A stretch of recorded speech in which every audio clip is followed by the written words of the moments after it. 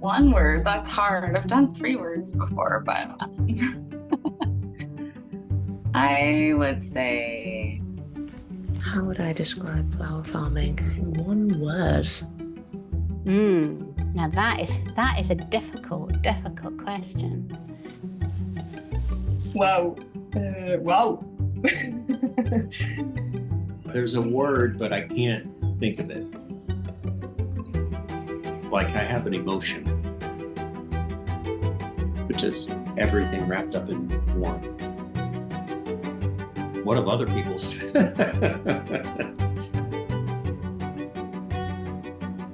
I mean, there's obvious ones like beauty. There's no way I can choose one word. It's a tie-off between like joy and unpredictable. No way. No, can't do it. I need one of those beautiful German words that summarizes something like perfectly. Could exhilarating be both a positive and a negative word? You're being pummeled by golf ball size freaking hail. Chaos? Chaos? Intense, I think, would be a good word for flower farming. Intense. The first word that came to my mind was the passion behind it and the ways in which flowers really healed us.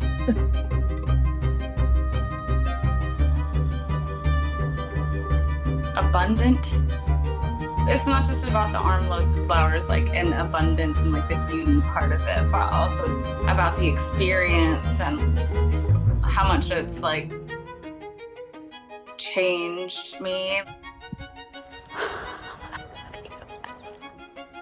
Flower farming in a word. Theater. It's just this multifaceted, very physical performance. And the audience is very important. Empowering. I think it's empowering for the person who is growing, for the people receiving the flowers. But I think farming in general, I would say in one word is, I just have to persevere.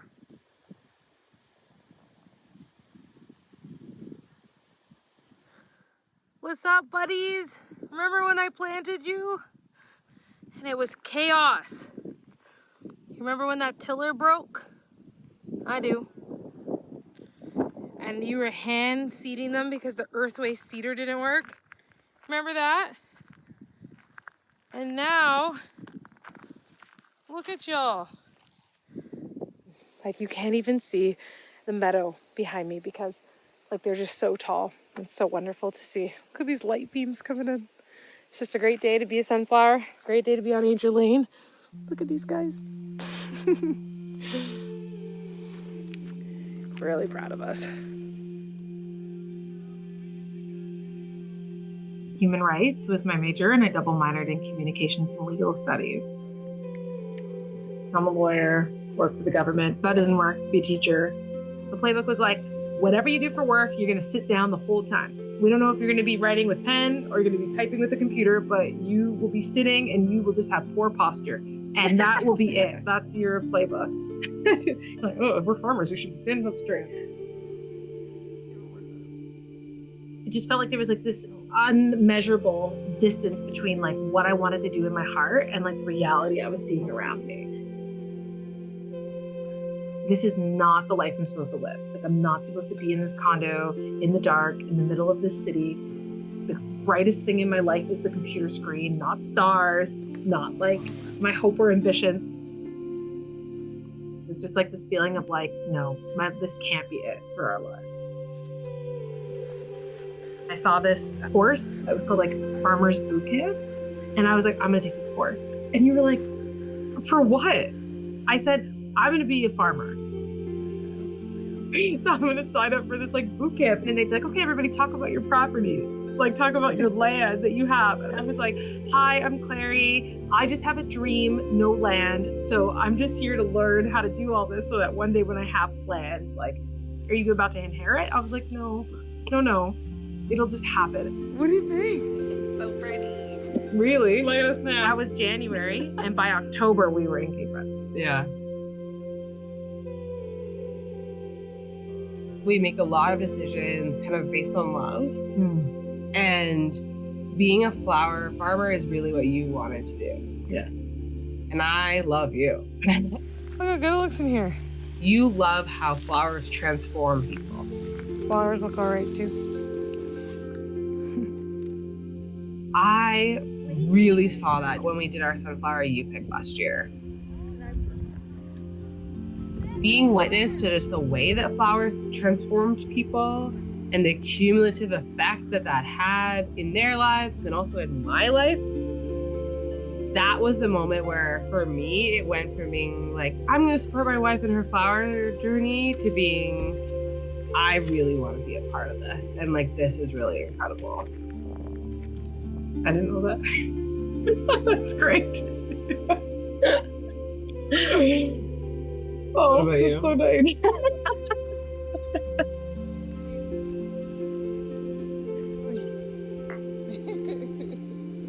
Are they beautiful? They are.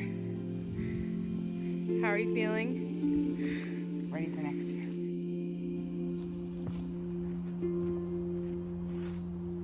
I never in a million years thought I'd be a business owner, and I never ever saw myself freelancing, and there isn't a chance in hell I ever thought I would be flower farming. I became a flower farmer. I feel like by complete accident. I did not set out to become a flower farmer. I feel like the flowers, in a way, kind of found me. It wasn't something that I was planning. I had zero qualifications. Before arriving in my field, I never sowed any seeds in the soil before. Everyone is a beginner with whatever they end up being. There's always a day one. So why not make that today, doing something that you really, really love, that makes you so happy? And it's never too late. Once you dream the dream, it's kind of hard to undream flower farming.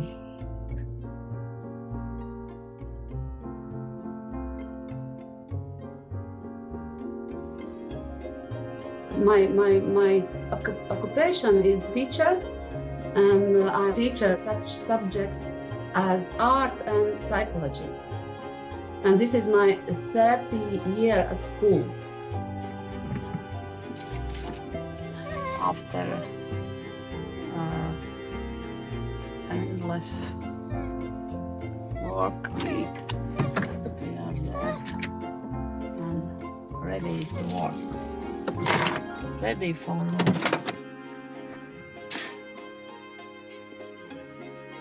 I don't want it. I didn't want it. I didn't want to be a flower farmer. But there was this COVID time, and I was on sick bed 4 months. 5 months. Maybe 5. Yeah. And then I watched these videos about flowering. And in one moment, there was a trigger point, and I think I need to do something different from school. Of course, I work in school till this day, but I need to change my life in some way. Ooh, Otto. In Latvia, this combination flower farm, it's very unusual. There are only pig farms, cow farms, and chicken farms. And I like this word combination. Then you feel your, maybe seriously, maybe a little bit. Yeah, flower. Yes. But it sounds important. Pupa, pupa, pupa.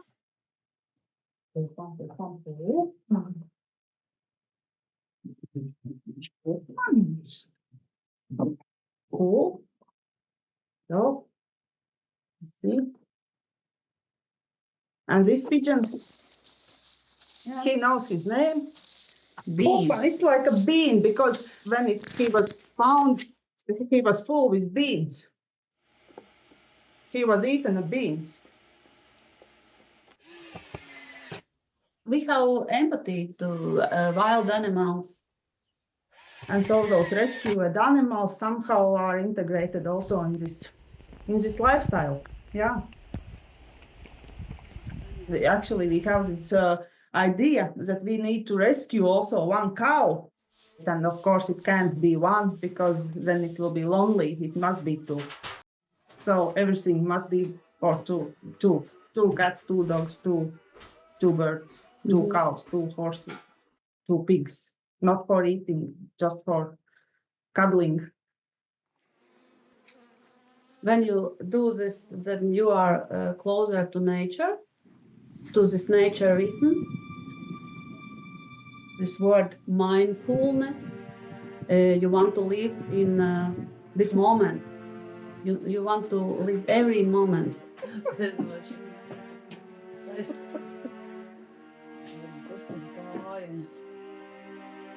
I know that teacher is a very good profession. It's very important, but I never saw very quickly this result. There is this moment in flower farm. There is a seed, there is my work and process, and there is result. And it's what I like.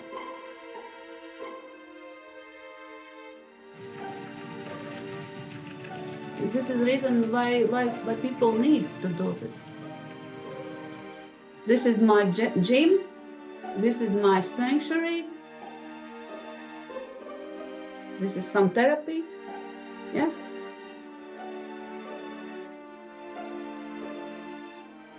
We're supposed to be out in nature. That's where we all feel happier, the mind's calmer, there's less anxiety, there's no stress.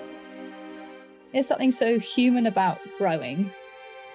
As a little girl, my grandma taught me about sweet peas. My mother used to buy flats and flats and flats of petunias. Little pansies and violas, that kind of thing. I have pictures of me in my grandparents' garden, so I know I was there.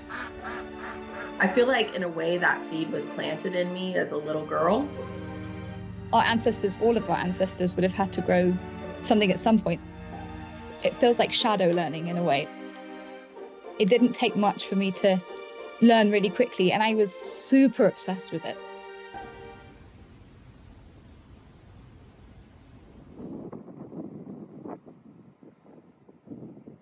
My mum is a garden writer. I also call myself a floral nepo baby. Not financially, unfortunately, but knowledge. There is no way I could be doing the flower farming or even engaging with the natural world in the way that I engage with the natural world without my mum. But it was always, well, that's not a way to be successful. You know, I was just kind of on a bit of a one-track mind about what I wanted my life to look like. Went to work in conservation, spent 4 years doing community engagement work in quite tricky areas, and then worked in the climate change policy space. COVID hit, got furloughed, and suddenly I was incredibly aware that my entire personality was built around this one job. I started going to the walled garden and helping mum out. And suddenly I was like, oh my God, this is the best thing I've ever done. Look at all of those tulips. It's healing something inside of me. This idea that success had to look a certain way, and that in order to lead a good life, I had to be achieving something.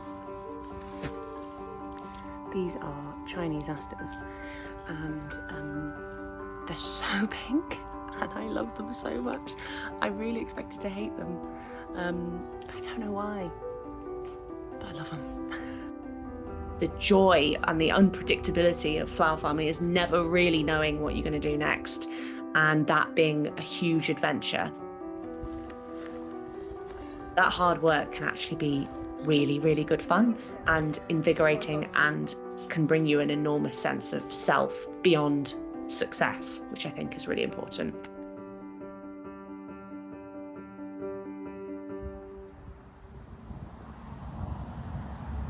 When COVID hit, people were really wanting to get back to basics. You were looking for something to do while you were at home, honestly. And I think that's why we saw such a huge surge in gardening. Here we are in the very first beds that I started to do in 2020. You know, gardening makes you optimistic and hopeful for the future. It's not instant. You have to invest and nurture and love and care.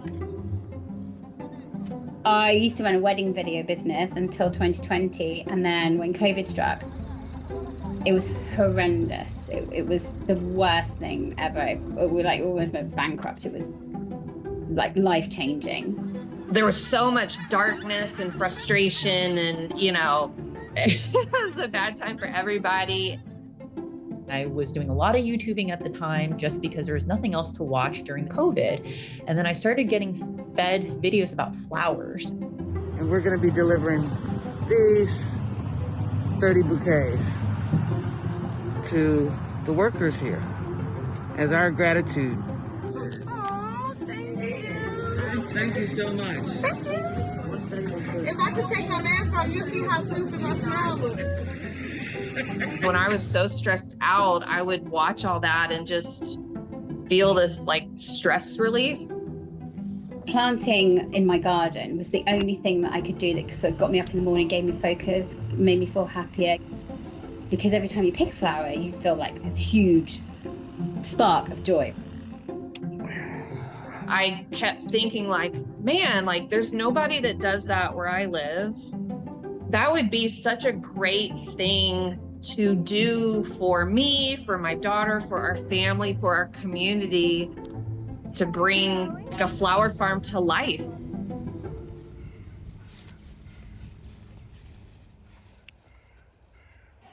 It's the time of year that is the least nice. Half the year it is working with not so much beauty. So we're just prepping all this space to actually move the tunnel to a different spot. This is where the sweet pea crop has been for the last 2 years. And actually, we just found a load of seed that must have dropped out of the bag in a big clump and germinated. I trained as an actor and suffered really badly from stage fright. I did a bit of work in TV and film and radio, but was crippled with stress all the time. I had this innate sense that I would love to work with plants, but didn't know how. I always thought I did not have any green fingers. So I thought it would just be a hobby. Within about 3 years, I had enough sort of business going on to stop working and go full time. That was a massive transition, and it was February 2020, and it was such a big moment. I remember crying in the kitchen. I felt slightly ashamed that I was like, you know, there's so much terrible things going on in the world, and I was worried about my flowers and my business. My grandmother was so wise, and she held me and shook some sense into me and said, you know, people are going to need flowers more than ever. Flowers represent hope. They represent humanity in a way that other things can't. And when we can't be together, flowers are going to be the most vital thing. Of course, all the ports had shut, and so any kind of imported flowers had stopped. There was this huge appetite for locally grown flowers, and people could not get enough. It was a really just amazingly beautiful, heartbreaking, humbling experience, just reading those notes from people sending to loved ones that they couldn't be with. Keep picking. It was amazing just to see like the courage and humanity in such like a dark time, and I felt so lucky to like just be able to be outside. It was really just like the most beautiful, really special thing to be able to do in that time.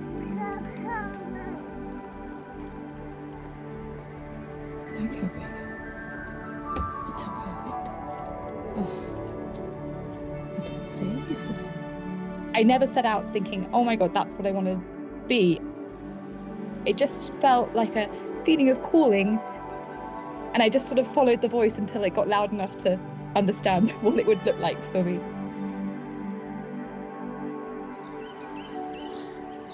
It's 5:45 in the morning. I thought you'd like some birdsong. The cut flower growing industry worldwide is a behemoth. It's vast. With planes flying roses out of Venezuela, and they fly into Holland, and then they go through the Dutch markets, and they finally end up in the UK, and then eventually they get into somebody's bridal bouquet.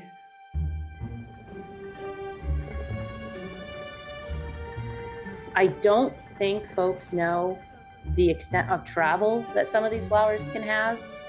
They have more air miles than I ever will. You know, we're not anti-trade, okay? Like, we are totally, like, with the global economy, we're all about that. The fact that over 80% of the flowers in this country are imported, to us, that's not good enough. I'm sorry. I don't think that people realize that when they're growing flowers and they're creating that local market and demand, that they're obviously helping contribute to chipping away from those imports. We have big environmental targets in the UK. And flower farming, we're kidding ourselves if we don't think that actually good flower farming can't be part of that answer. The movement of what people like me are doing, and people like Erin, and, you know, there are flower farmers around the world, and we're just saying, while globalization per se isn't necessarily a bad thing, in some ways we don't need to grow flowers in Venezuela and fly them across the world. Let's do that locally if we can. We don't want our business to actually cost the earth.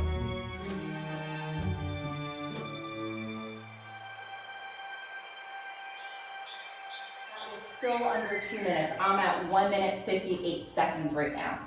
So resetting and restarting. All right. So both of these here, 2, 3, 4. I went through a pretty big evolution because my husband and I had spent about a year in Germany living abroad for a work assignment. And when you live in Europe, the focus on sustainability and really doing good for the environment is like at a different scale. 11. I walked away from that year in Germany being like, wow, there's a lot of waste in my life and I can do a lot better when I go back to the US. Minute and 5 seconds. So of course, wish this one was opened a little bit more, but it's okay. It will extend the vase life. And the next thing you know, my entire front porch of our townhouse, the little patio deck we have, is just completely filled with container pots. I was seeing pollinators. I was basically creating a little ecosystem in my backyard, and that I saw the visual impact on having a sustainable lifestyle. That really got me thinking about, okay, what happens if I have a much bigger piece of land? It wasn't just this dream about growing flowers. It was actually a dream of converting a piece of property to be a bit of a haven for those pollinators and to create that ecosystem in my backyard.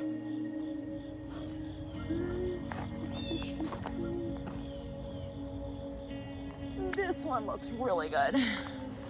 Look at that. I didn't know I needed a flower farm until I needed a flower farm.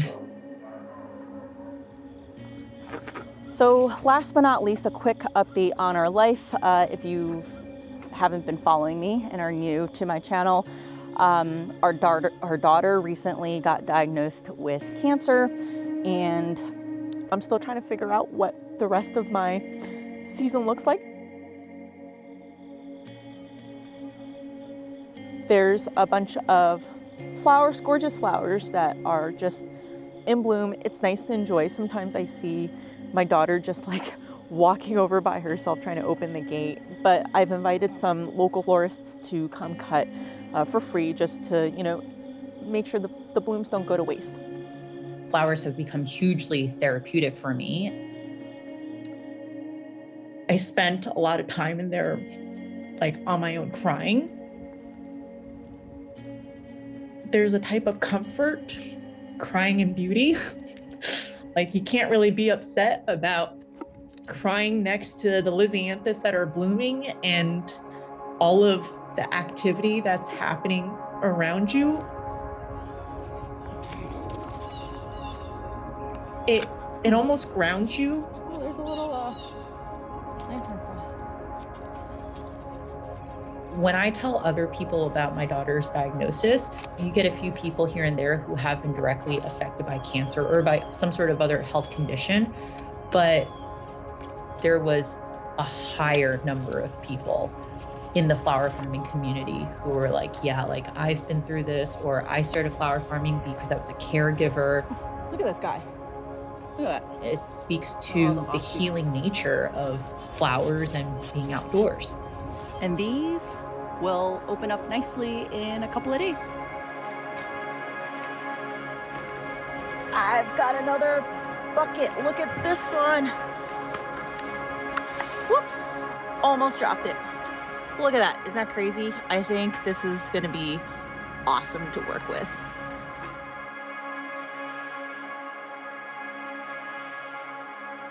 I have this saying that no matter what happens, the sun is still gonna rise and set every single day. My world stopped when we got that diagnosis, but I know that other people's worlds did not stop. And when I'm out in the field and I see nature at work, the plants living their life cycle, the sun rising and setting, I'm reminded of that reality. And that reality is both a comfort as well as a harsh reality, right? How ephemeral things are.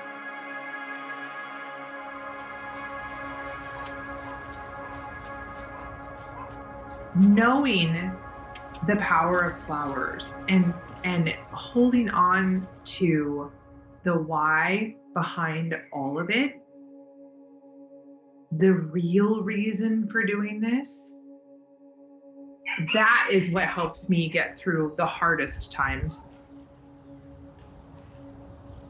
We kind of just have to overcome those things because this is what really matters. This is why I'm here. This is what I'm supposed to be doing.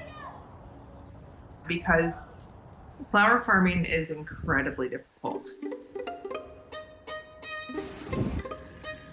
As the climate changes too, it's just getting more difficult. We have more challenges. There's more things that we're up against. It was crazy to me that we still do this as flower farmers, that we still pursue this as a career. There is a lot of hope in it, but it's hardened me in ways that I don't think doing something else would have. But it's also softened me in ways that nothing else could have.